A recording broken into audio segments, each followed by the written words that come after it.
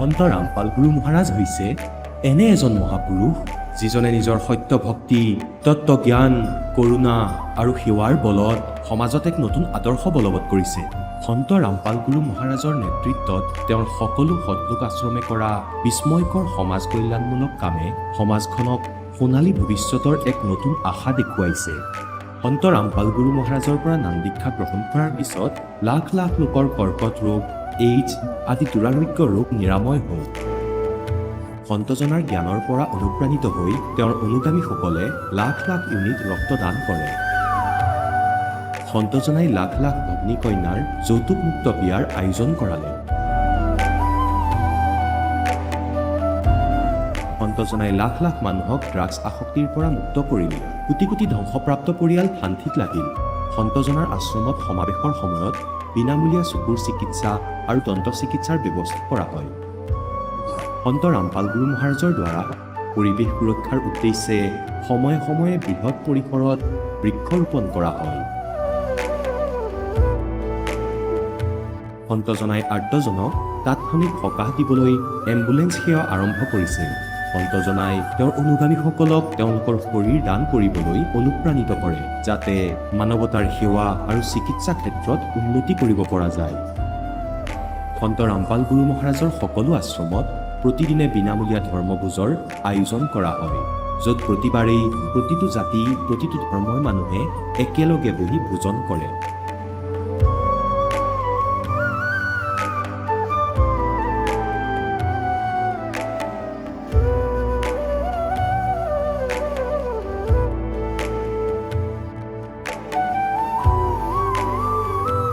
সন্ত ৰামপাল গুৰু মহাৰাজৰ আশ্ৰমত সহস্ৰাধিক বৃদ্ধ বৃদ্ধাই শ্ৰদ্ধা আৰু মৰমেৰে জীৱন যাপন কৰাৰ সুযোগ পায়। তেওঁলোকৰ থকা খোৱাৰ আৰু স্বাস্থ্যৰ সম্পূৰ্ণ দায়িত্ব সন্ত ৰামপাল গুৰু মহাৰাজে বহন কৰে। অনাথ শিশুৰ বাবে সন্ত ৰামপাল গুৰু মহাৰাজৰ সকলো আশ্ৰম বিশেষ বৰদানতকৈ কম নহয়, য'ত তেওঁলোকক শিক্ষা, সংস্কাৰ আৰু ভৱিষ্যতৰ বাবে উন্নত সুবিধা প্ৰদান কৰা হয়। বানপানী, ভূঁইকঁপ বা মহামাৰী যিয়েই নহওক, সন্ত ৰামপাল গুৰু মহাৰাজ আৰু তেওঁৰ অনুগামীসকল সদায় আৰ্তজনৰ বাবে আগ্ৰনোৱা হৈ থাকে। কোভিড মহামাৰীৰ সময়ত সন্ত ৰামপাল গুৰু মহাৰাজৰ আশ্ৰমৰ পৰা কোটি কোটি লোকক খাদ্য, ঔষধ আৰু জীৱন ৰক্ষক সামগ্ৰী যোগান ধৰা হৈছিল। দুখীয়াক সকাহ কৰাই হওক বা যিকোনো শোষিত বা নিপীড়িত শ্ৰেণীৰ অধিকাৰ আৰু মৰ্যাদাৰ বাবে যুঁজ দিয়াই হওক, সন্ত ৰামপাল গুৰু মহাৰাজে সদায় তেওঁলোকৰ সকলো ন্যায্য দাবী চৰকাৰৰ ওচৰলৈ লৈ গৈছে আৰু তেওঁলোকক উপযুক্ত ন্যায় প্ৰদানৰ ক্ষেত্ৰত গুৰুত্বপূৰ্ণ ভূমিকা পালন কৰি আহিছে। সমাজত আধ্যাত্মিক আৰু সামাজিক মূল্যবোধৰ প্ৰতি সজাগতা অনাৰ প্ৰতিটো পদক্ষেপতে সন্ত ৰামপাল গুৰু মহাৰাজ মানৱতাৰ প্ৰকৃত সেৱক হিচাপে প্ৰমাণিত হৈছে। সন্ত ৰামপাল গুৰু মহাৰাজৰ জীৱনে আমাক শিকাইছে যে প্ৰকৃত সেৱা সেইটোহে যিটো নিস্বাৰ্থভাৱে কৰা হয়। আহক আমিও এই মহান সন্তজনৰ এই মহান সেৱাৰ কামত যোগ দিম আৰু সন্ত ৰামপাল গুৰু মহাৰাজৰ পৰা নাম দীক্ষা লৈ আমাৰ জীৱন ধন্য কৰি তোলোঁ।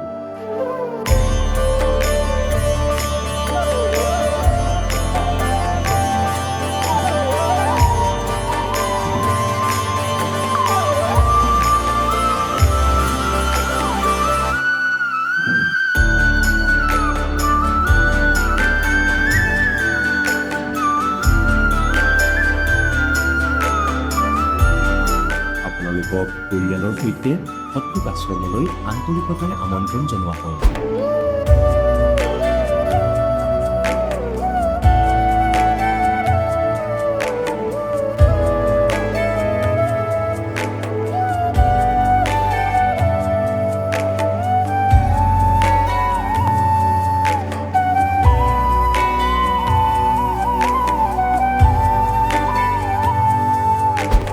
পূৰ্ণ পৰমাত্মাই আনকি পাপৰ শাস্তিও আঁতৰাব পাৰে।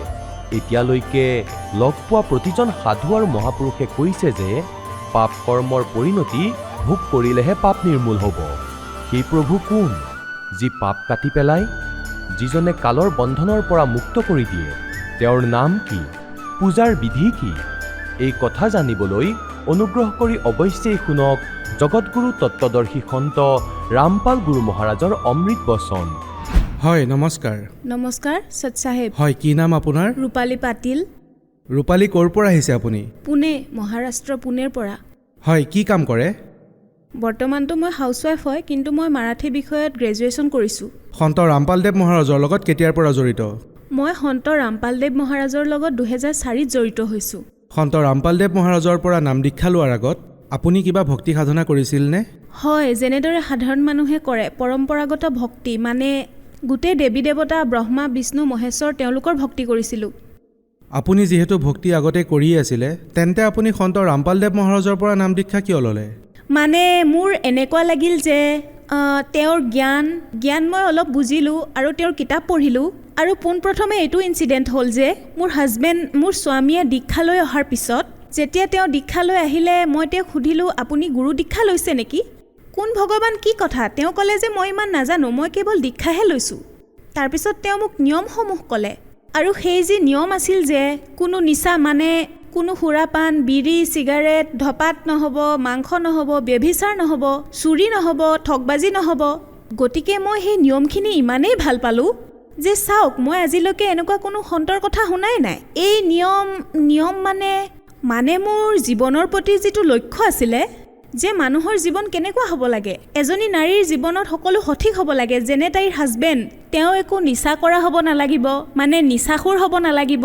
আৰু তাৰ লগত যদি এইবোৰ নিয়ম, মানে ধৰক যে কোনো আন নাৰীৰ ফালে মাতৃভগ্নীৰ দৃষ্টিৰে চোৱা, তেওঁলোকক সন্মান দিয়া, কোনো চুৰি ঠগবাজি 2 নম্বৰী কাম নকৰা, মই ভাবিলোঁ যে এনেই মোৰ আগৰে পৰাই সামাজিক যি সমস্যা আছে, সৰুৰে পৰাই তাৰ ওপৰত মোৰ আগ্ৰহ আছে যে আমাৰ সমাজখন কেনেকুৱা হ'ব লাগে, আমাৰ এই যিখন সমাজ সেইখন ভাল হ'ব লাগে, দুৰ্নীতি হ'ব নালাগে, কুৰীতিবোৰ থাকিব নালাগে। সেইবাবে সন্ত ৰামপালদেৱ মহাৰাজৰ নিয়ম পঢ়ি মোৰ বহুত আনন্দ লাগিল, ভাল লাগিল।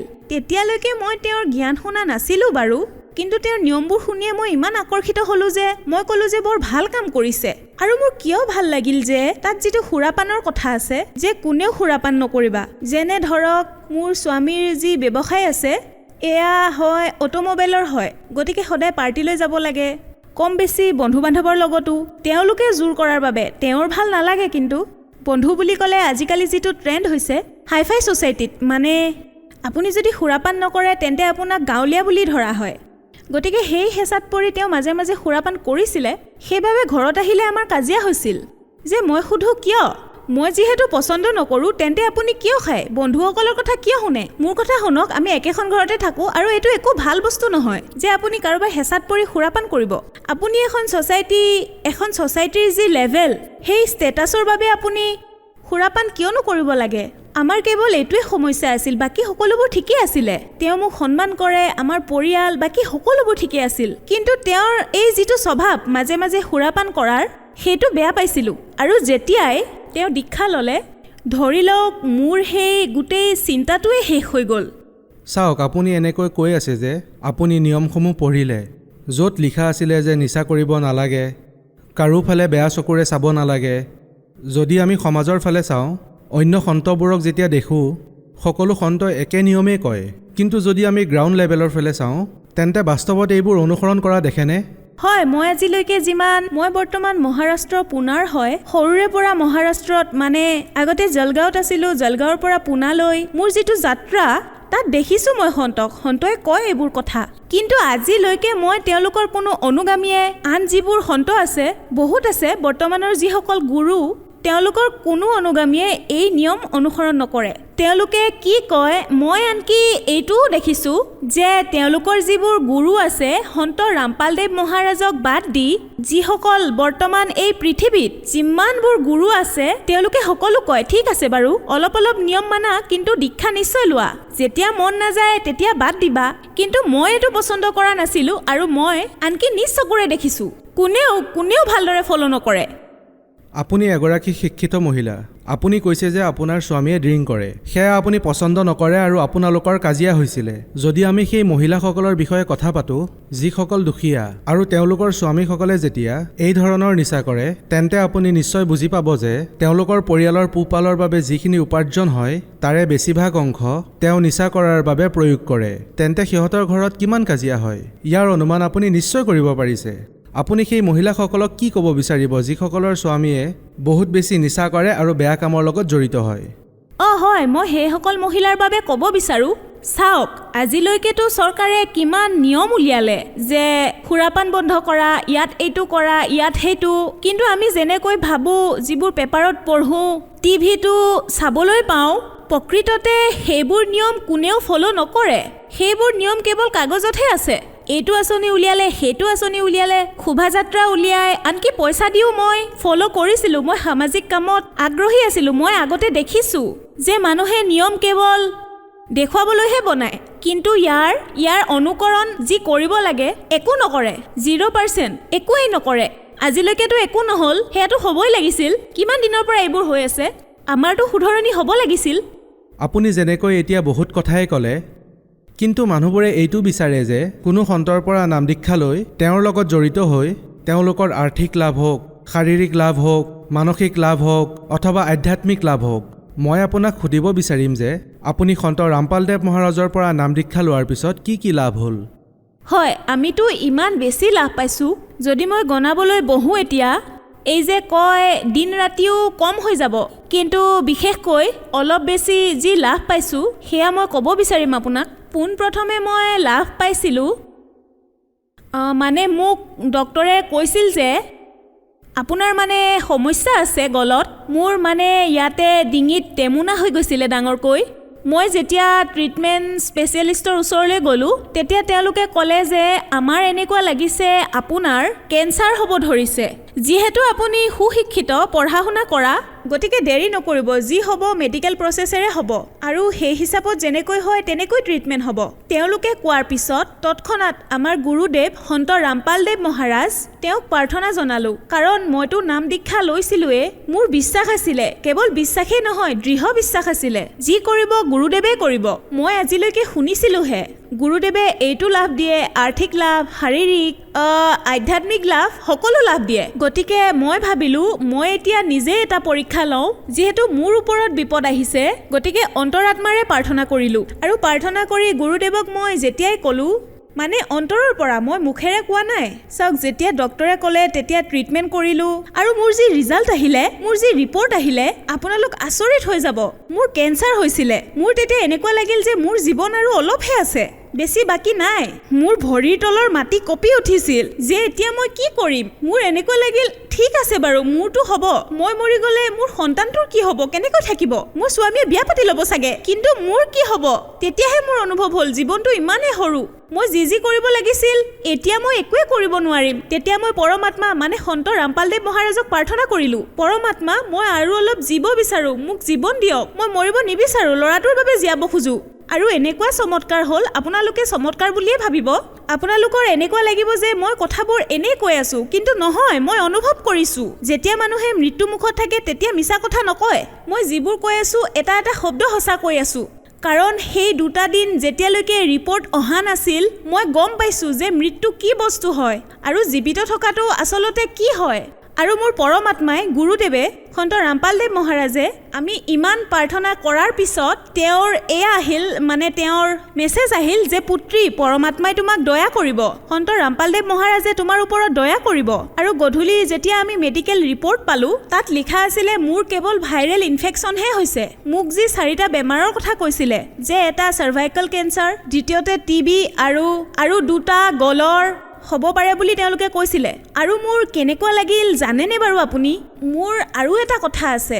আমাৰ ঘৰৰ ইতিহাস এনেকুৱা যে মোৰ ককাৰ কেঞ্চাৰ আছিল, আৰু মোৰ যি খুৰা আছিল, তেওঁ নিজেই এজন ডক্টৰ আছিল, তেওঁৰো আনকি কেঞ্চাৰ হৈছিল। আৰু কেঞ্চাৰ মানে তেওঁলোক কম বয়সত, মানে বহু কম বয়সতে তেওঁলোক ঢুকাই থাকিল। গতিকে মোৰো তেনেকুৱাই লাগিল। 3য় প্ৰজন্মত মোৰ সময় আহিছে। ডক্টৰে মোৰ গোটেই হিষ্ট্ৰী ল'লে, আৰু যি মোৰ ইতিহাস দেখিলে, তেওঁ ক'লে যে হয়, আপোনাৰ ককাৰো থ্ৰ'ট কেঞ্চাৰ আছিল, আপোনাৰ খুৰাৰো ষ্টমাক কেঞ্চাৰ আছিল, গতিকে আপোনাৰো 100% কেঞ্চাৰেই হ'ব পাৰে। মই ক'লোঁ যে ঠিক আছে বাৰু, কিন্তু এতিয়া কি কৰোঁ? মানে ক'বলৈ সহজ নহয়, কিন্তু মই যি কষ্ট পালোঁ নহয়, মই আপোনাৰ আগত প্ৰকাশ কৰিব নোৱাৰিম। আৰু যেতিয়াই পৰমাত্মাই, মই আপোনালোকৰ আগত আৰু এটা কাৰণ ক'ম, মোৰ কিয় দৃঢ় বিশ্বাস হ'ল। মোৰ প্ৰথমতে এখন জনম কুণ্ডলী আছিলে, আগতে মানিছিলোঁ। মই বহুত সৰুৰ পৰাই, যেতিয়া মই কলেজত আছিলোঁ, মোৰ হাত চাই এজনে কৈছিলে যে আপোনাৰ আয়ুস বেছি নাই, কেৱল 40লৈকেহে জীয়াই থাকিব, আৰু আপোনাৰ এনেকুৱা এটা বেমাৰ হ'ব যিটো ভাল নহ'ব। গতিকে সেইবাবে যেতিয়া মোক এই ডক্টৰে ক'লে আৰু টেমুনা ওলাল, তেতিয়া মই তৎক্ষণাত কুণ্ডলীখন উলিয়াই পঢ়িবলৈ ধৰিলোঁ যে হয়তো মোৰ এতিয়া 37 বছৰ আৰম্ভ হ'ল। আৰু কেঞ্চাৰ কি? কেঞ্চাৰ হ'লে 2 বছৰ থাকে। ইমান কোইনচিডেঞ্চ কেনেকৈ হ'ব পাৰে? গতিকে এই সকলোবোৰ দেখি ইমান আপোনালোকে বুজিব নোৱাৰিব, এয়া কোনো যাদু মন্ত্ৰ নহয়। পৰমাত্মাই ইমান দয়া কৰিলে যে য'ত নেকি মোৰ 100% সম্ভাৱনা আছিল কেঞ্চাৰ হোৱাৰ, কিন্তু যেতিয়া সন্ত ৰামপালদেৱ মহাৰাজে মোৰ ওপৰত দয়া কৰিলে, তেওঁৰ মন্ত্ৰত, তেওঁৰ ভক্তিত ইমানেই শক্তি আছিলে যে মোৰ কেঞ্চাৰ তেওঁ খেদি পঠিয়ালে। হয় ভগতদেৱ, মোৰ আৰু 2টা লাভ হৈছিলে। এটাতো আমাৰ এখেতৰ মুম্বাই এক্সপ্ৰেছত গাড়ীৰ সৈতে এক্সিডেণ্ট হৈছিলে, আৰু ইমান ডাঙৰ এক্সিডেণ্ট আছিল যে ডাঙৰ ট্ৰাকে তেওঁক 2বাৰ পিছফালৰ পৰা খুন্দিয়াইছিল। খুন্দা মৰাৰ পিছত তাতে তেওঁ ষ্টেৰিঙতে মূৰটো থৈ দিছিলে, কিন্তু গুৰুদেৱে তেওঁক যিটো নাম দীক্ষা দিছিলে সেই মন্ত্ৰ তেওঁ মনত পেলালে। তাৰপিছত আমাৰ দুয়োজনৰে চেহেৰা তেওঁৰ সন্মুখলৈ আহিল আৰু ভাবিলে এয়াই শেষ সময়। যেতিয়া মানুহৰ লগত এনেকুৱা এক্সিডেণ্ট হয় আৰু তেতিয়া মনলৈ আহে যে সকলোবোৰ শেষ হৈ গ'ল। গতিকে সেই হিচাপে মোৰ চেহেৰা আৰু মোৰ ল'ৰাটোৰ চেহেৰা তেওঁৰ চকুৰ সন্মুখলৈ আহিলে, আৰু গুৰুদেৱে যিটো মন্ত্ৰ দিছিলে শেষত তেওঁ সেই মন্ত্ৰ জপ কৰিলে আৰু ষ্টেৰিঙত নিজৰ মূৰটো থৈ দিলে। আৰু পিছত চমৎকাৰ আমি এনেকৈ দেখোঁ যে তেওঁ কৈছে যে 5 মিনিটৰ পিছত মই গাড়ীখন আৰামেৰে চলাই গৈ থাকিলোঁ। চলোৱাৰ পিছত আৰু তেওঁ তাত নৰলে, সোনকালে ঘৰ আহি পালে। আমি ভাবিব ধৰিলোঁ যে এয়া কেনেকৈ হ'ল। তাৰ বাবে তেওঁৰ তাত এটা প্ৰমাণ আছিল। সেই গাড়ীখন তেওঁ মোক ক'লে যে তুমি সোনকালে তললৈ আহা। তেওঁ যেতিয়াই ক'লে তেওঁৰ এক্সিডেণ্ট হ'ল, মই প্ৰথমে সুধিলোঁ তেওঁ কেনে আছে, ক'লে যে ঠিকেই আছোঁ। যেতিয়া দেখিলোঁ গাড়ীখন পিছফালৰ পৰা একেবাৰে চেপেটা হৈ আছিল, সকলোৱে কৈ আছিলে গাড়ীখন ওলোটিব পাৰিলে হয়, যিকোনো হ'ব পাৰিলে হয়, কিন্তু এনেকুৱা হ'ল যে পৰমাত্মাই তেওঁক সাক্ষাৎ বচালে। আৰু তাৰপিছত আমি গম পালোঁ যে ভগৱান কি হয়। আৰু দ্বিতীয়টো লাভ হ'ল, মোৰ ল'ৰাটো যেতিয়া বেংগলোৰত পঢ়িবলৈ গৈছিলে, সি যিহেতু ঘৰৰ পৰা দূৰত আছিলে আৰু ডক্টৰেও কৈছিলে তাৰ বসন্ত ওলাইছিলে, তেতিয়া সি কান্দিবলৈ ধৰিলে যে মা এতিয়া মই কি কৰোঁ, মোৰ বসন্ত ওলাইছে, মই এতিয়া এমাহ পঢ়িব নোৱাৰিম, মোৰ ষ্টাডি ব্ৰেক হৈ যাব আৰু এয়া মই কৰিব নোৱাৰিম। তেতিয়া মই ক'লোঁ যে কোনো কথা নাই, আমি প্ৰাৰ্থনা কৰিম পৰমাত্মাক। তেতিয়া আশ্ৰমত প্ৰাৰ্থনা কৰিলোঁ যে মালিক এনেকুৱা হ'ল, আমি কি কৰোঁ। প্ৰাৰ্থনা কৰাৰ পিছত মালিকে ক'লে যে তাক চাকি জ্বলাবলৈ কোৱা। মালিকে গম পাইছিলে যে সি চাকি জ্বলোৱা নাছিলে। যেতিয়া সি তৎক্ষণাত চাকি জ্বলালে ৰাতি 10:30-11 বজাত, তাৰপিছত ৰাতিপুৱা শুই উঠি এনেকুৱা এটা চমৎকাৰ দেখিলে যে আমিও প্ৰাৰ্থনা কৰিলোঁ, সিও তাত থাকি অন্তৰাত্মাৰ পৰা পৰমাত্মাক প্ৰাৰ্থনা কৰিলে। তেতিয়া তাৰ গোটেই বসন্ত নোহোৱা হৈ গৈছিলে, যিটো চিকিৎসা কৰিও সমাধান হোৱা নাছিল। তাৰপিছত মই তাক ক'লোঁ যে শুনটো, তুমি ডক্টৰৰ ওচৰলৈ গৈ এবাৰ কনফাৰ্ম কৰি লোৱা যে তোমাৰ বসন্ত ভাল হ'ল। তেতিয়া সি ডক্টৰৰ ওচৰলৈ গ'ল আৰু ডক্টৰেও ক'লে যে হয়, মই তোমাক কালিয়ে কৈছিলোঁ যে তোমাৰ বসন্ত হৈছে, তোমাক মেডিচিন নিদিওঁ, আৰু আজি মই তোমাক দেখিছোঁ যে তোমাৰ সঁচাকৈয়ে ভাল হ'ল। এয়া পৰমেশ্বৰে কৰিব পাৰে, তেওঁৱে লাভ দিয়ে। মই আপোনাক আৰু এটা প্ৰশ্ন সুধিব বিচাৰিম। সন্ত ৰামপালদেৱ মহাৰাজৰ পৰা যিসকলে নাম দীক্ষা লয় তেওঁলোকে বহুত লাভ পায়। আপোনাকো সন্ত ৰামপালদেৱ মহাৰাজে বহুত লাভ দিছে। আৰু যিসকলে ভয়ংকৰ বেমাৰৰ লগত যুঁজি আছে আৰু যিসকলে আৰ্থিক আৰু মানসিক লাভ পোৱা নাই, তেওঁলোকক আপুনি কি ক'ব বিচাৰিব? মই মোৰ সকলো ভাই ভনীক এটাই বাৰ্তা দিব বিচাৰোঁ। কাৰোবাক বাৰ্তা দিব পৰাকৈ যোগ্যতা মোৰ হোৱা নাই বাৰু, কিন্তু মই প্ৰাৰ্থনা জনাব পাৰোঁ সমগ্ৰ জগতকে যে যাৰ সমস্যা হৈছে আপোনালোক আহক, অনুভৱ কৰক, সৎসংগ শুনক। আৰু প্ৰকৃততে আপোনালোকৰ গ্ৰন্থত, কিতাপত কি নলেজ আছে? প্ৰথম কথা হ'ল আমি সকলো শিক্ষিত, আমাক কোনেও বিভ্ৰান্ত কৰিব নোৱাৰে। আজিলৈকে আমি যি ভক্তি কৰিলোঁ সেয়া এক পৰম্পৰাগত ভক্তি আছিল। আজিলৈকে ককা আইতাহঁতে কোৱা মনে সজা ভক্তি কৰি আহিছোঁ, কিন্তু আমি আজিলৈকে এইটো ভবা নাই যে আমি যি কৰিছোঁ এয়া কিয় হৈ আছে। আমি এতিয়ালৈকে শুনি আছোঁ যে ভগৱানে এইটো কৰে, সেইটো কৰে। আজিলৈকে আমি ব্ৰহ্মা, বিষ্ণু, মহেশ্বৰৰ পৰম্পৰাগত ভক্তি কৰি আহিছোঁ, কিন্তু পালোঁ কি? কিনো পালোঁ আমি? কিয় দুখৰ পাহাৰ আমাৰ ওপৰত পৰি আছে? কাৰোবাৰ কেঞ্চাৰ হৈছে, কাৰোবাৰ এইটো বেমাৰ হৈছে, কাৰোবাৰ সেইটো বেমাৰ হৈছে, সকলোৱে চিন্তাত আছে। গতিকে সেইবাবে মই সকলোকে প্ৰাৰ্থনা জনাইছোঁ যে আপোনালোক আহক, সন্ত ৰামপালদেৱ মহাৰাজৰ জ্ঞান শুনক, তেওঁৰ সৎসংগ শুনক, আৰু তেওঁৰ সৎসংগত আপোনালোকৰ সকলো ডাউট ক্লিয়াৰ হৈ যাব। আৰু ডাউট ক্লিয়াৰ হোৱাৰ পিছত ইয়াত দীক্ষা লোৱাৰ বাবে না কিবা পইচা লাগে না আন কিবা। আপোনালোকে যি কথা শুনিছে মনে সজা কথা শুনিছে, আপোনালোকে নিজে আহক, দীক্ষা লওক, ইয়াত কোনো পইচা নালাগে। দুখীসকলে কি নকৰে, কিন্তু দুখীসকলক মই প্ৰাৰ্থনা জনাওঁ যে আহক, সন্ত ৰামপালদেৱ মহাৰাজৰ পৰা নাম দীক্ষা লওক আৰু নিজে অনুভৱ কৰক, যেনেকৈ এতিয়া মোৰ মুখেৰে শুনি আছে যে মই কি লাভ পালোঁ, মই কি পালোঁ, আৰ্থিক, শাৰীৰিক আৰু যি আছে আধ্যাত্মিক, তিনিওটা লাভ পালোঁ মই। গতিকে আপোনালোকো মোৰ ভাই ভনীয়ে হয়। মোৰো বহুত ইচ্ছা আছে মই যেনেদৰে পালোঁ আমি লাভ পোৱাৰ দৰে আপোনালোকে কিয় নাপাব গতিকে আপোনালোকে এটা কাম কৰিব লাগিব সন্ত ৰামপালদেৱ মহাৰাজৰ সৎসংগ শুনিব লাগিব তেওঁৰ জ্ঞান শুনি দীক্ষা ল'ব লাগিব যে সঁচাকৈ মহাৰাজদেৱে যি কৈ আছে সেয়া আমি প্ৰাপ্ত কৰিব পাৰিছোঁনে নাই আপুনি ভগত সমাজক কি বাৰ্তা দিব বিচাৰিব চাওক ভগত সমাজক বাৰ্তা দিয়াৰ যোগ্যতা বাৰু মোৰ নাই কিন্তু সকলোকে এইটোৱে প্ৰাৰ্থনা জনাব বিচাৰোঁ যে মোৰ ভাই ভনীসকল জগতৰ মানুহসকল জাগি উঠা আপোনালোকে অতি সোনকালেই পস্তাব আপোনালোক কোনফালে গৈ আছে দেখা নাই জানো যিসকলে ভক্তি কৰি আছে আৰে আমি যদি এটা সৰু বস্তু বজাৰত কিনো আমি 10খন দোকান ঘূৰোঁ ব্ৰেণ্ড বিচাৰোঁ যে এইটো ভাল এইটো বেয়া ইয়াৰ কোৱালিটি এনেকুৱা কিন্তু আমাৰ এই যি মানৱ জীৱন যিটো অমূল্য সেয়া আমি এবাৰে পাওঁ বাৰে বাৰে নাপাওঁ যিটো আমি পাইছোঁ তাৰ কেনেকৈ কল্যাণ কৰাব লাগে আপোনাৰ সন্মুখততো বৰ্তমান মেটেৰিয়েল ৰেডি আছে যি সন্ত ৰামপালদেৱ মহাৰাজে কৈ আছে যে আহা মোৰ জ্ঞান শুনা আৰু জ্ঞান শুনি তোমালোকে বুজি লোৱা যে তোমালোকৰ ভক্তিত কি ভুল হৈ আছে আৰু তোমালোকে কেনেকৈ সঠিক ভক্তি কৰিব লাগে তাত পাৰ্থক্যনো কি সন্ত ৰামপালদেৱ মহাৰাজৰ কৃপাত আমি সকলো শিক্ষিত মই শিক্ষিত সমাজক প্ৰাৰ্থনা জনাব বিচাৰিছোঁ যে আপোনালোক শিক্ষিত আপোনালোকে শ্ৰদ্ধাৰে ভক্তি কৰক অন্ধভাৱে নকৰিব আপুনি চাব আপুনি যেতিয়া গ্ৰন্থ পঢ়িব তেতিয়া বুজিব সন্ত ৰামপালদেৱ মহাৰাজে যি জ্ঞান দি আছে সেয়া 100% শুদ্ধ সোণৰ হয় গতিকে আপোনালোক এবাৰ আহক এবাৰ দীক্ষা লওক আৰু সকলোৱে যি লাভ পাইছে সেয়া আপুনিও নিশ্চয় পাব আজি যেনেকৈ মই কৈ আছোঁ এদিন আপুনিও মোৰ ঠাইত থিয় হৈ ক'ব যে হয় গুৰুদেৱে আমাক কি দিলে সন্ত ৰামপালদেৱ মহাৰাজে আমাক কি দিলে আৰু আপোনালোক বঞ্চিত নহ'ব এই যি উশাহ এয়া কাৰ ওচৰত কিমান আছে কি লেখ জোখ আছে সেয়া আমি গম নাপাওঁ কিন্তু যিয়ে নহওক আপোনালোক সোনকালে আহক আপুনি নিজৰ মগজুৰ বুদ্ধি প্ৰয়োগ কৰি যে সঁচাকৈ এইবোৰ যি কৈ থকা হৈছে সন্ত ৰামপালদেৱ মহাৰাজে যি কৈ আছে আচলতে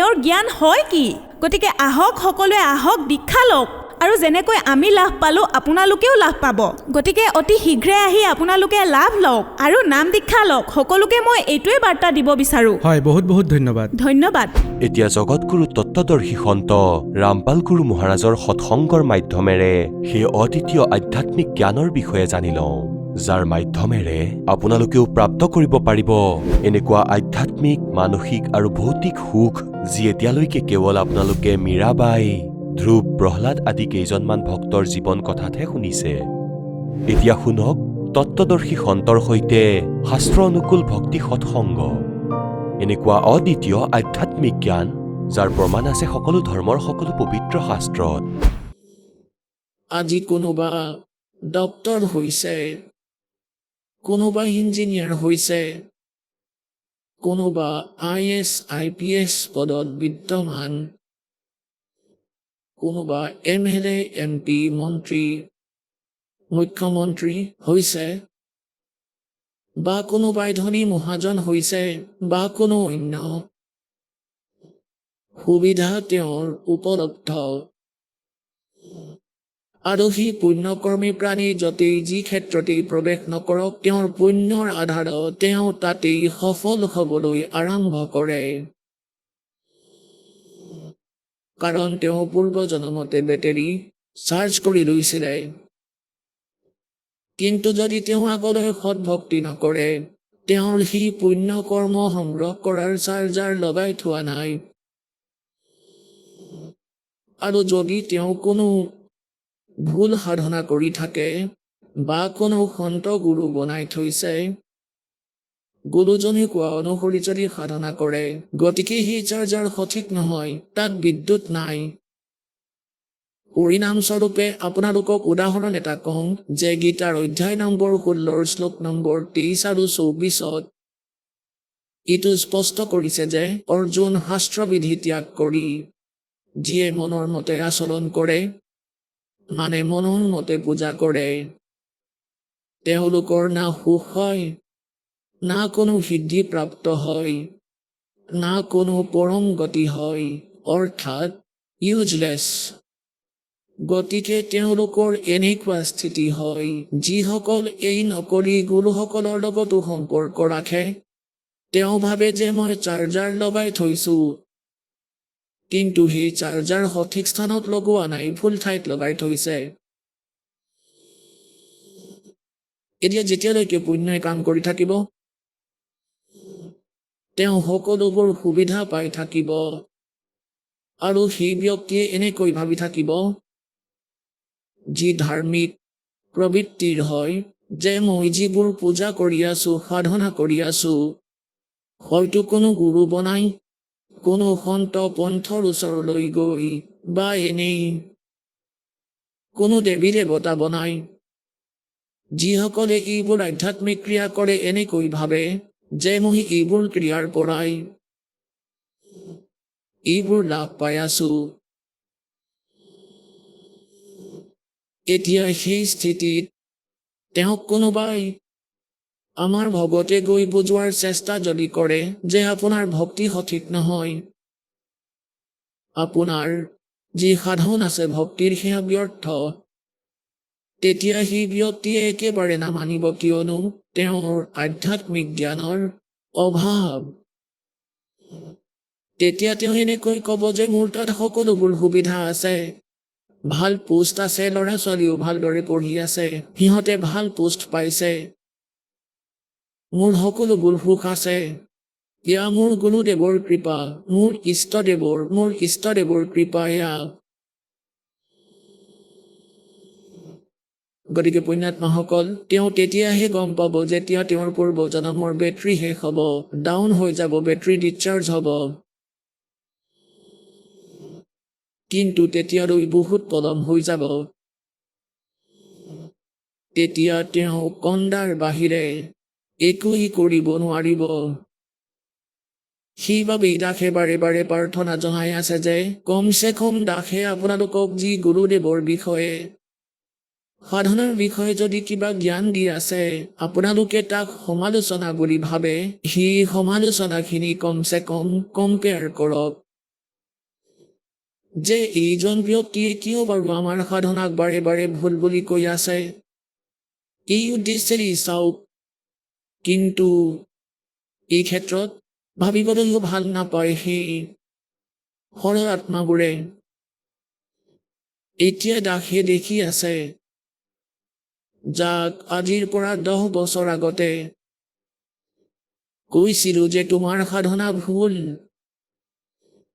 তেওঁলোকে এই বিষয়ে কথা পাতিব বিচৰা নাছিলে, কিন্তু আজি কান্দি কান্দি আহি আছে যে যদি আমি সেই সময়ত আপোনাৰ কথাখিনি মানি ললোহেঁতেন, ইমান বিনাশ নহল হয়। পৰমাত্মাই এইটো কয়, কোনো কথা নাই, ইচ্ছে গৈছো জান যে লেৰেতি কুৰাক লিতে ৰহি ৰহি বি যাৱেগি উস গই গই কে সাথ। গতিকে পৰমাত্মাই এয়া এনেকুৱা জ্ঞান দিছে আৰু আপোনাক বুদ্ধি দিছে, মানৱ সমাজক এক বিশেষ বিচক্ষণ বনাইছে আপোনালোকক, যে আপোনালোকে এই আধ্যাত্মিক মাৰ্গ আৰু সৎ গ্ৰন্থবোৰক সহজে বুজিব পাৰে। গতিকে পুণ্যাত্মাসকল, যেতিয়ালৈকে এই প্ৰাণীৰ পুণ্য চলি থাকিব, ই তেতিয়ালৈকে সকলো সুবিধা পাই থাকিব, আৰু ই ভাবে যে মই যিবোৰ সাধনা কৰি আছো, ইয়াৰ পৰাই মই সকলো সুখ পাই আছো।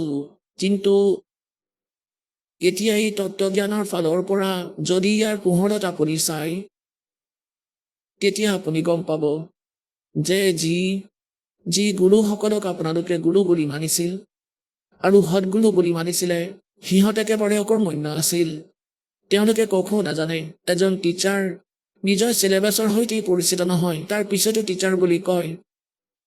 কাৰণ বিদ্যাৰ্থীৰ যদি ইমানখিনি জ্ঞান থাকে যে সিহঁতে নিজৰ টিচাৰকে চিনি পায়, তেন্তে তেওঁতো বিদ্যাৰ্থী হৈ নাথাকিবই। গতিকে টিচাৰৰ কোনো ত্ৰুটি টিচাৰেই ক'ব পাৰিব। এই দাসো স্পিৰিচুৱেল টিচাৰ, আৰু যিসকল গুৰুৰ সৈতে আপোনালোকৰ সম্পৰ্ক আছে তেওঁলোকো আপোনালোকে স্পিৰিচুৱেল টিচাৰ বুলি কয়, আধ্যাত্মিক গুৰু বুলি কয়। আৰু দাসে কয় যে এওঁলোকে সকলোবোৰ মিছা আৰু নকলি জ্ঞান প্ৰচাৰ কৰি আছে, এইবোৰ জ্ঞান নহয়, আধ্যাত্মিক মাৰ্গৰ। দাসৰ কোনো ইচ্ছা নাই, কোনো লালসা বা লোভ নাই, বা কোনো স্বাৰ্থৰ বাবে তেওঁলোকৰ জ্ঞানক, তেওঁলোকৰ সাধনাক মই ভুল বুলি কৈ আছো, এজন পৰমাৰ্থীৰ কাম কৰি আছো। যেনেকৈ কোনো টিচাৰে 2 গুণ ছয় বুলি পঢ়াই ল'ৰা ছোৱালীবোৰক আৰু সকলোৱে সেইটোৱেই পঢ়ে।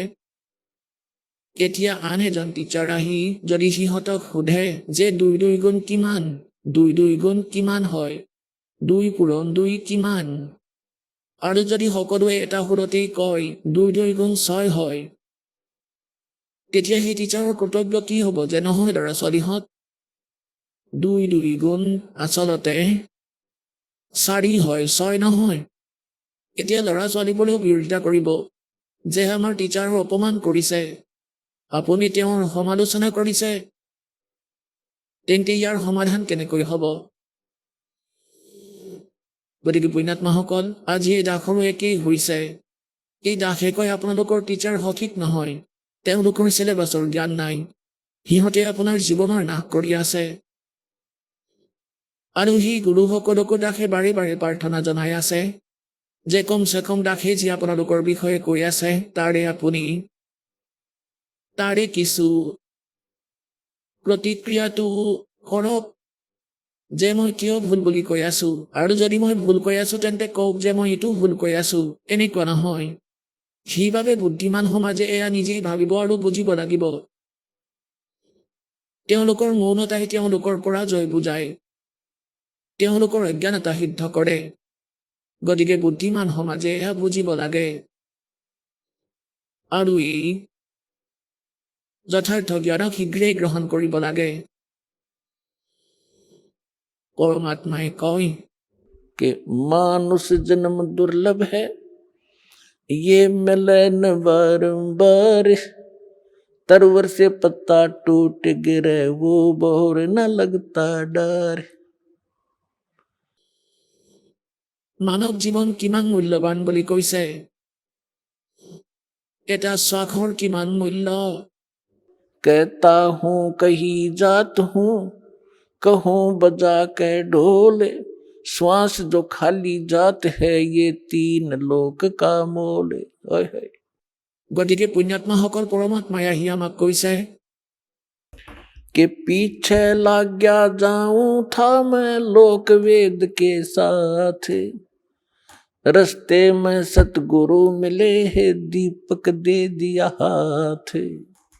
যেনেকৈ আগতেই ৰাখে শিক্ষা গ্ৰহণ কৰিছিলে, ঠিকেই আছে, শিক্ষা গ্ৰহণ সম্পূৰ্ণ হ'ল, জুনিয়ৰ ইঞ্জিনিয়াৰৰ ডিপ্ল'মা কৰিলে, সফল হ'ল, চাকৰিও পালে, তাৰপিছত বিয়া হ'ল, সন্তান পুত্ৰ পুত্ৰী হ'ল, আৰু দাস কাৰ পূজাৰী আছিল? বজৰংবলীৰ। আৰু ভগৱান কৃষ্ণ, ভগৱান শংকৰ, ভগৱান বিষ্ণু যে ইষ্ট আছিল। গতিকে দাসে এনেদৰে ভাবিছিলে যে মোৰ এই ভগৱানসকলে মোক এইবোৰ সুখ দিছে। গতিকে পৰমাত্মাৰ এই তত্ত্বজ্ঞানৰূপী পোহৰৰ দ্বাৰা, উজ্জ্বলতাৰ দ্বাৰা এই পোহৰৰ পৰা দেখা পালে যে যিসকল ভগৱানক এইটো ভাবি আছিল যে এওঁলোকে সুখ দিছে, এইটো সুখ দিছে, এয়া তেওঁলোকৰ স্তৰৰ কামেই নাছিল, এয়া আমাৰ পূৰ্বজন্মৰ বেটাৰীৰেহে চলি আছিল, সেই সংস্কাৰ ফলি আছিলে। আমি লোকবেদৰ আধাৰত সাধনা কৰি আছিলো, দন্ত কথা, লোকবেদ মানে দন্ত কথা, মুখে মুখে চলি অহা কথাবোৰৰ ওপৰত আধাৰিত আছিলো। সেয়া শাস্ত্ৰ অনুকূল জ্ঞানো নাছিলে, না সেয়া সাধনা আছিল। এই বিষয়ে পৰমাত্মাই নিজৰ ওপৰতেই আমাক উদাহৰণ দি শুনাই। पीछे लग गया जाऊं था मैं लोक वेद के साथ, रस्ते में सतगुरु मिले दीपक दे दिया हाथ। এতিয়া এই দাসে সদগুৰু পালে, সেই সময়ত এই টৰ্চ পালে, ভ্ৰমি আছিলে এই অন্ধকাৰৰ মাজত, যিয়ে যেনেকৈ কৈ এইফালে যোৱা বুলি কৰে এইফালে যাওঁ, যদি কোনোবাই কয় এইটো সঠিক পথ নহয় সেইফালে যোৱা, মই সেইফালে যাওঁ। এতিয়া মোৰ ওচৰত মেপো আছে আৰু টৰ্চো আছে, এতিয়া মোৰ ওচৰত শাস্ত্ৰও আছে, শাস্ত্ৰ আমাৰ মেপ, আমি যিবোৰ লক্ষ্যস্থানলৈ যাব লাগে সকলোতে মাৰ্ক কৰা আছে। এতিয়া আমি সেইবোৰ চাই তত্ত্বজ্ঞানৰূপী এই পোহৰেৰে আমি কুমাৰ্গলৈ নাযাওঁ, সুমাৰ্গতেই চলি থাকিম। গতিকে কি কয়, मात पिता मिल जाएंगे 184 मोह, सतगुरु सेवा और ये बंदगी फिर मिलन की नाम। পৰমাত্মাই কয়, আপুনি য'তেই জন্মিব, আপুনি পিতৃ মাতৃ তাতেই পাব পশু, জুনিলৈ গ'লেও তাতেও পিতৃ মাতৃ পাব। যদি পক্ষীৰ জুনিত জন্ম লয়, সেই শৰীৰতো আপুনি পিতৃ মাতৃ পাব। মানৱ শৰীৰ প্ৰাপ্ত কৰিলে তাতেও পিতৃ মাতৃ পাব, কিন্তু সদ্গুৰু সেৱা, সদ্গুৰু সেৱা মানে সদ্গুৰুৱে কোৱা অনুসৰি কৰা পূজা। সেৱা মানে পূজা। তাৰ পিছত সেই ভক্তি, যি গুৰুৱে কয়, সদ্গুৰুৱে কয়, কোৱা হয়, আকৌ কেতিয়াও নাপাব। তেতিয়া পৰমাত্মাই কয়, सतगुरु के उपदेश का लाया एक विचार, जय सतगुरु मिलते नहीं जाते नरक द्वार। नरक द्वार में दूत सब करते खेचातान, उनसे कभू ना छूटता फिर फिरता चारों खानी। चार खानी में भरमता कभू न लगता पार, सो फेरा सब मिट गया मेरे सतगुरु के उपकार। পৰমাত্মা, এই যি কবি চাহেব তেওঁ আমাৰ পিতা। এইজন সিজন এই পৰমাত্মা, যাৰ সকলোবোৰ গুণ আছে। तुमेव माता च पिता तुमेव, तुमेव बंधु च सखा तुमेव, तुमेव विद्या च द्रविण तुमेव, तुमेव सर्व मम देव देव। সেই সকলো দেৱতাৰে দেৱতা, সকলো ভগৱানৰ ভগৱান, হে পৰমেশ্বৰ, আপোনাৰেই মাতৃৰ সেই গুণ আছে, আপোনাৰ তাতেই সেই পিতৃৰো গুণ আছে।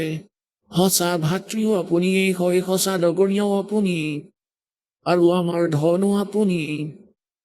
कबीर और सब जग निर्धना, धनवंता ना कोई, धनवंता सो जानियो जिस पर राम नाम धन होए।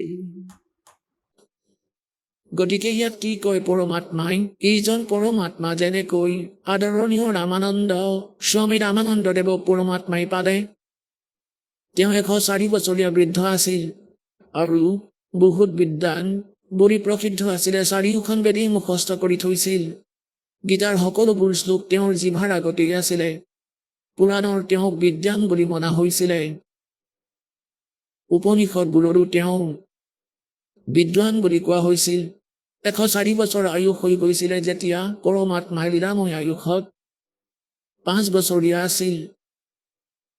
সেই 5 বছৰীয়া বালকে 104 বছৰীয়া সেই বৃদ্ধক জ্ঞানত পৰাস্ত কৰি দিছিলে। পৰমাত্মাই এটা প্ৰশ্ন সুধিছিল স্বামী ৰামানন্দ দেৱক,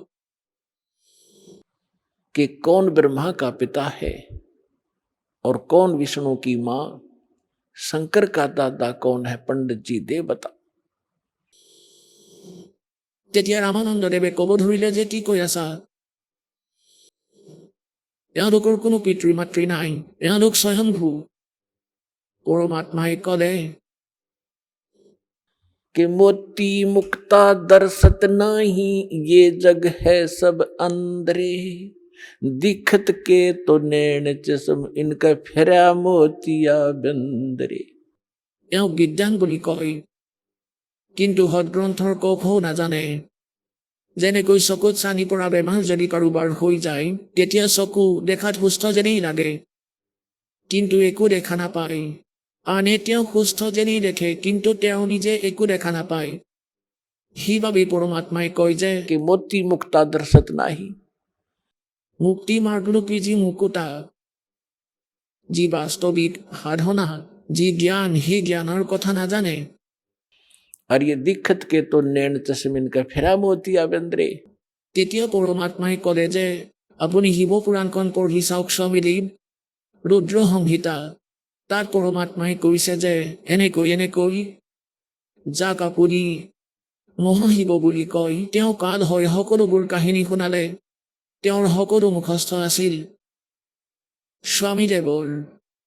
তৎক্ষণাত বুজিলে বুদ্ধিয়ক লোকক বুজোৱাটো ই আধ্যাত্মিক জ্ঞানেৰে যি জ্ঞানী ৰাখি দি আছে পৰমাত্মাই দিয়া। বুদ্ধিমান সমাজ যাৰ আধ্যাত্মিকতাৰ প্ৰতি আগ্ৰহ আছে, সদগ্ৰন্থবোৰৰ অলপ চলপ অধ্যয়ন কৰিছে, তেওঁ বুজাবলৈ সহজ।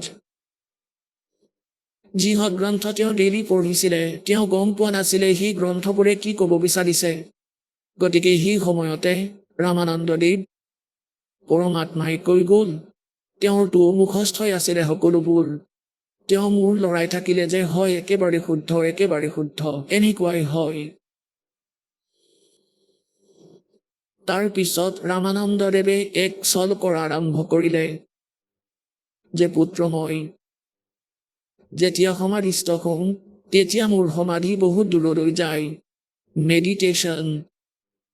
পৰমাত্মাই ক'লে যে হওক আপুনি সমাধিস্থ, চাওঁচোন কলৈকে যায়।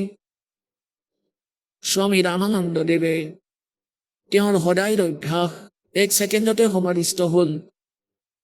कहते योग युक्त प्राणायाम कर जीता सकल शरीरे, त्रिवेणी के घाट पर वो अटक रहे बलबीरे। ত্ৰিবেণীলৈ গ'লে 3টা ৰাস্তা ওলাই আগলৈ। এতিয়া জংঘলেৰে গ'লেতো 2টা ৰাস্তা দেখিলি বিচলিত হয়। আনজন ব্যক্তিয়ে যি আগতে সেইফালেৰে যোৱা নাই, তাত গৈ বিচলিত হ'ল। কিয় হ'ল? তেতিয়া পৰমাত্মা কবি চাহেবক তাতেই দেখিলে, সি বয়সতে এই 5 বছৰীয়া আয়ুসত। আৰু তেওঁ সুধিলে যে স্বামীদেৱ এতিয়া কলৈ যাব?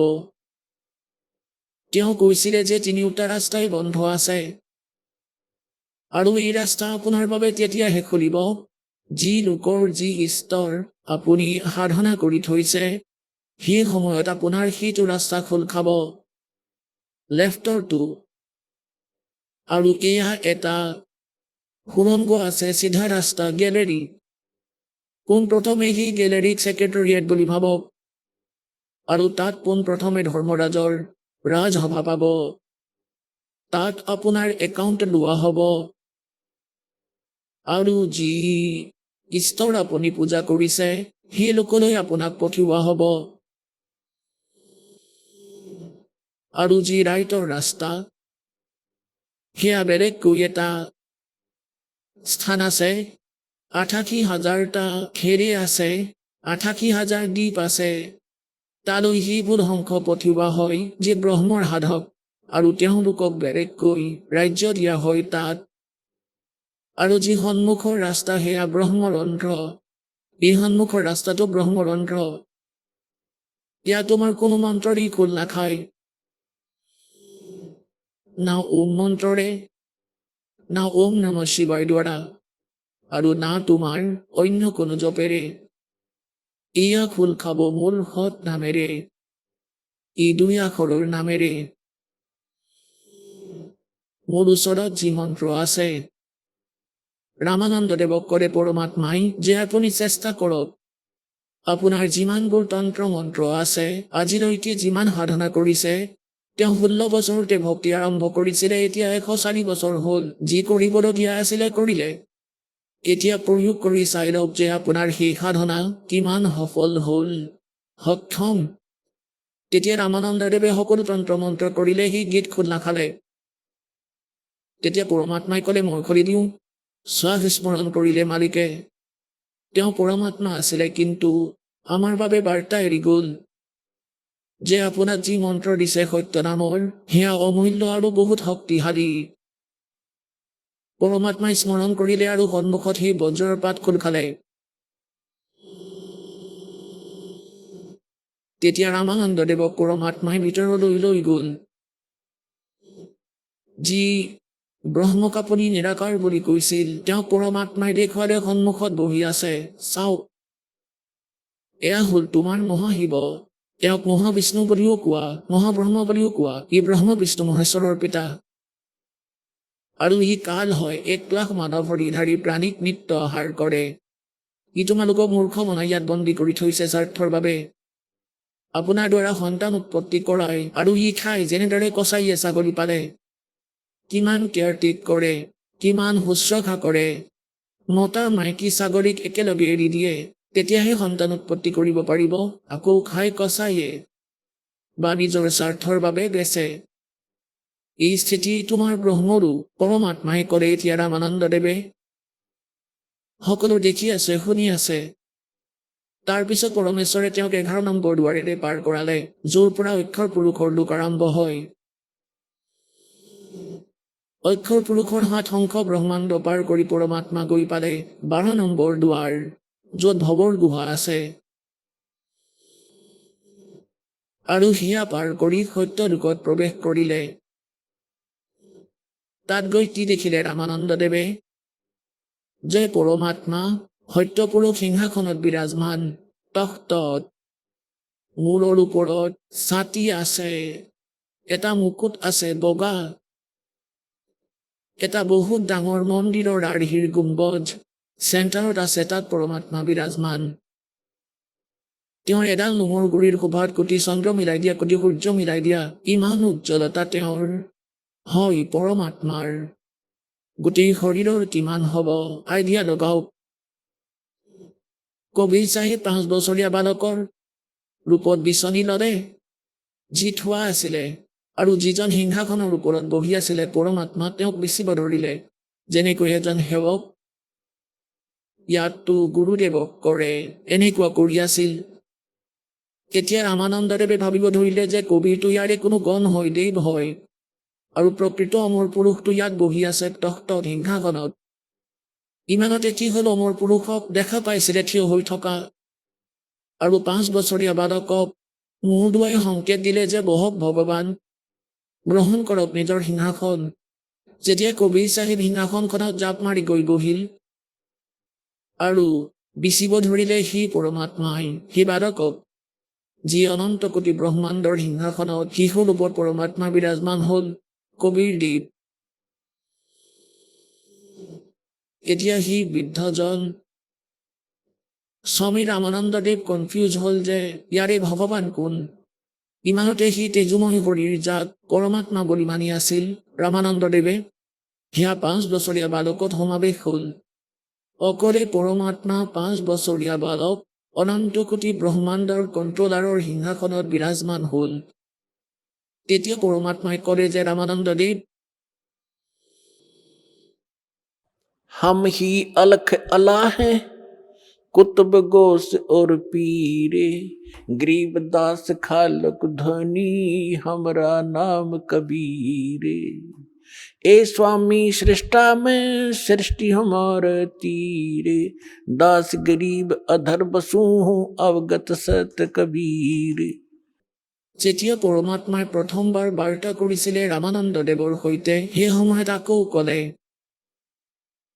ৰামানন্দদেৱে, মই গদগদ হৈ গ'লো, সহজতে ভগৱানক পাই গ'লো, আৰু মোৰ 104 বছৰ হ'ল, আজিলৈকে ভ্ৰমিহে আছিলো মই।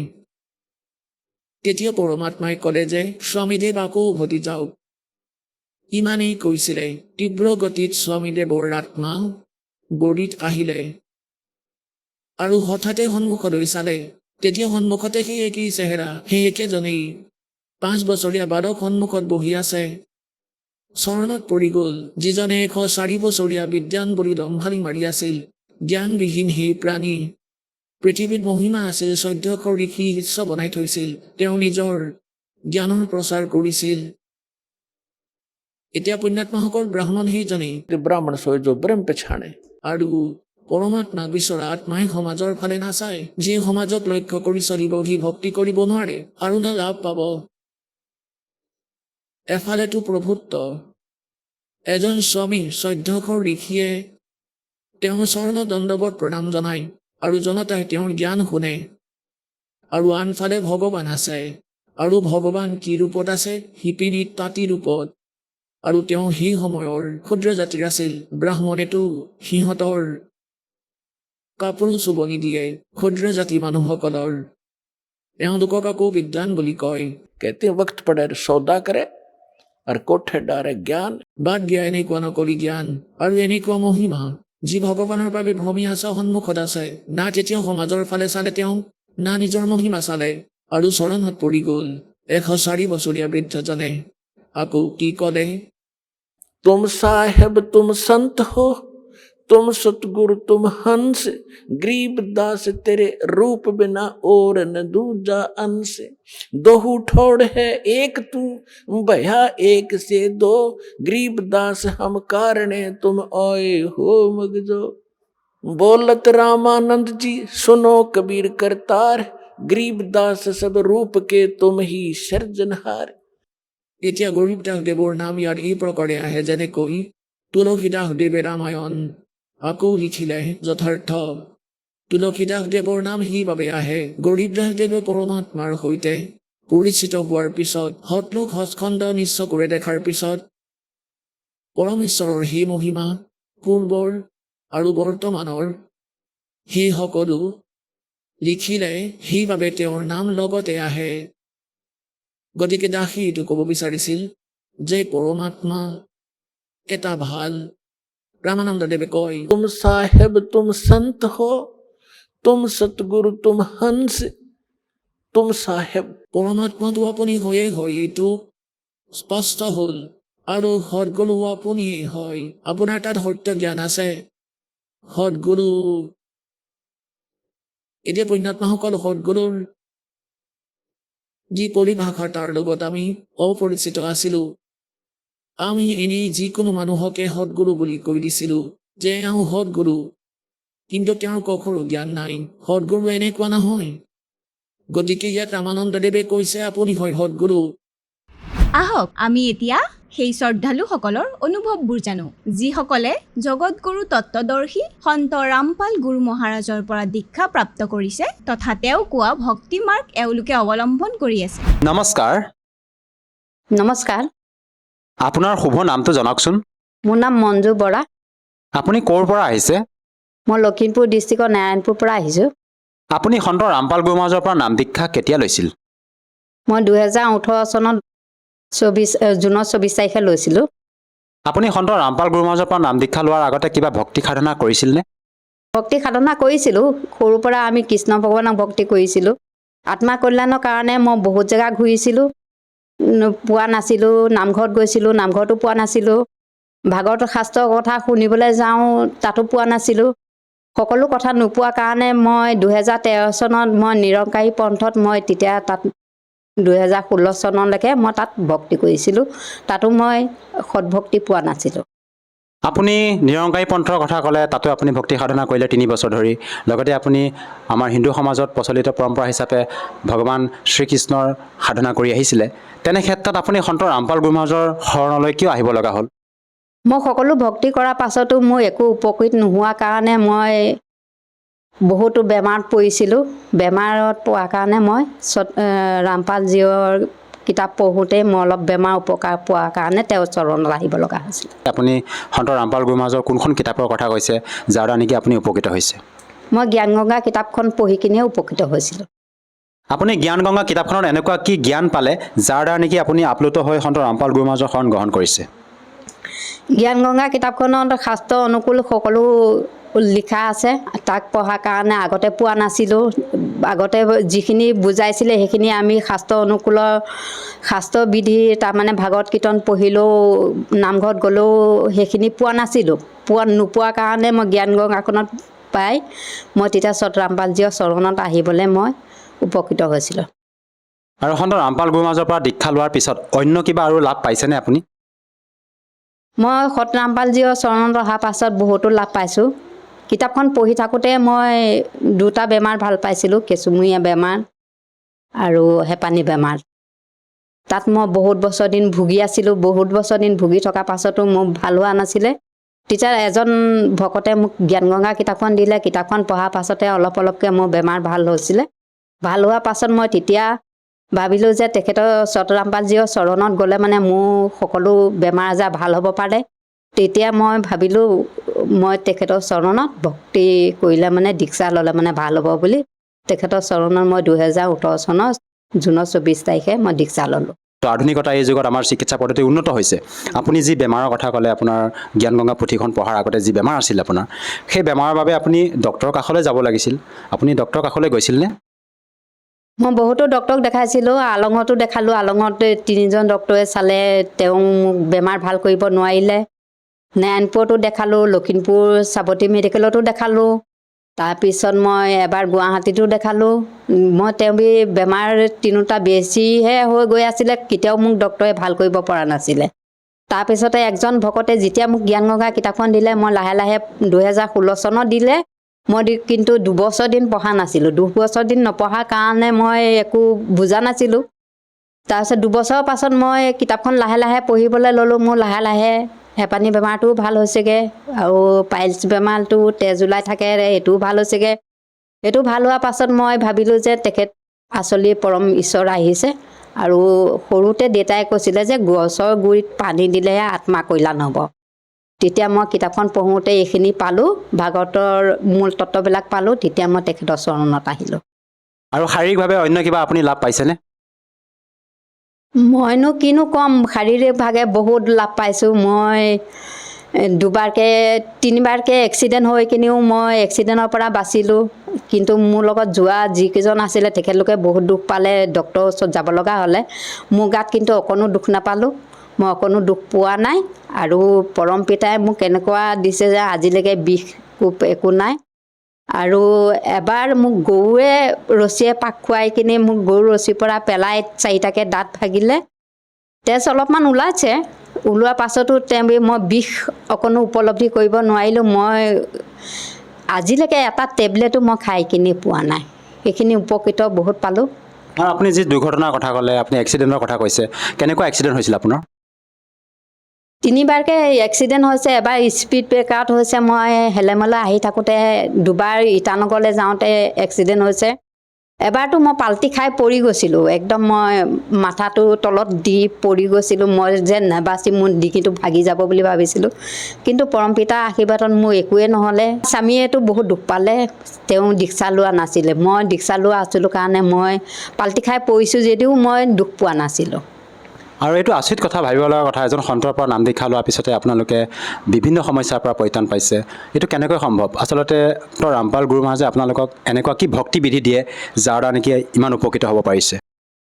শাস্ত্ৰবিধি অনুকূল দিছে। আগতে আমি যিখিনি ভক্তি কৰি আছিলোঁ শাস্ত্ৰ অনুকূল নাছিলে। শাস্ত্ৰবিধি বুজাইছিলে, আমাৰ গুৰুবিলাকে যিখিনি বুজাইছিলে আমি সেইখিনি ভক্তি কৰিছিলোঁ। ৰাম নাম ল'বলৈ কৈছিলে, ৰাম নাম ল'লোঁ। ৰাম কোনজন নাম ল'ব লাগে সেইটো বুজি পোৱা নাছিলোঁ। কিন্তু আজি যে ৰামপালজীয়ে আমাক বুজাই দিছে, ৰাম যেন আমি আগতে এজন ৰামহে, দশৰথ পুতেক ৰামৰ কথাহে জানিছিলোঁ। আজি যে 4জন ৰাম আছে বুলি জানিছোঁ। 4জন ৰামক কোনজন ভক্তি কৰিলে মানে ভাল হ'ব, এইখিনিও বুজি পালোঁ। বুজি পোৱাৰ পাছত আমি তেখেতৰ চৰণত আহি কিনি সৎভক্তি কৰিছোঁ। আৰু বৰ্তমান আপুনি সন্ত ৰামপাল গুৰু মহাৰাজৰ পৰা নাম দীক্ষা লৈ বিভিন্ন প্ৰকাৰে লাভ পালে। আৰু যিসকল দৰ্শকে আপোনাক এই টিভি স্ক্ৰীণত প্ৰত্যক্ষ কৰি আছে, তেওঁলোকক আপুনি কি বাৰ্তা দিব বিচাৰে যাতে তেওঁলোকেও আপোনাৰ দৰে উপকৃত হ'ব পাৰে? তেওঁলোকক মই এইটোৱে প্ৰাৰ্থনা কৰিব পাৰোঁ, বাৰ্তানো কিনো দিম, মই এইটোৱে প্ৰাৰ্থনা কৰিব পাৰোঁ। বৰ্তমান সময়ত ৰামপালজীৰ ওচৰত দীক্ষা ল'বলৈ একেবাৰে সহজ। আপুনি মোবাইল, আজিকালি সকলোৱে পঢ়া শুনা মানুহ হয়, চবৰে হাতে হাতে মোবাইল আছে। মোবাইলত ইউটিউব আৰু ফেচবুকত ৰামপালজীৰ মংগল প্ৰবচন চাৰ্চ কৰক। চাৰ্চ কৰাৰ পাছত তাতে তলত মোবাইল নম্বৰ আহিব। মোবাইল নম্বৰ ডাইল কৰি আপুনি ওচৰৰ নামদান কেন্দ্ৰত গৈ নিঃশুল্ক দীক্ষা ল'ব পাৰিব। ধন্যবাদ থাকিল। চাহে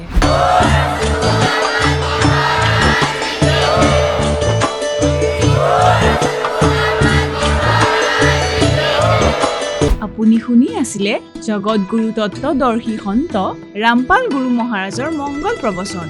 অধিক জানিবৰ বাবে ভিজিট কৰক www.jagatgururampalji.org। সন্ত ৰামপাল গুৰু মহাৰাজৰ শুভ আশীৰ্বাদত সমগ্ৰ বিশ্বতে 500তকৈ অধিক নাম দীক্ষা কেন্দ্ৰ আছে, য'ত সন্ত ৰামপাল গুৰু মহাৰাজৰ দ্বাৰা বিনামূলীয়াকৈ নাম দীক্ষা দি থকা হৈছে। আপোনাৰ ওচৰৰ নাম দীক্ষা কেন্দ্ৰৰ ঠিকনা জানিবলৈ সম্পৰ্ক কৰক 7082208528।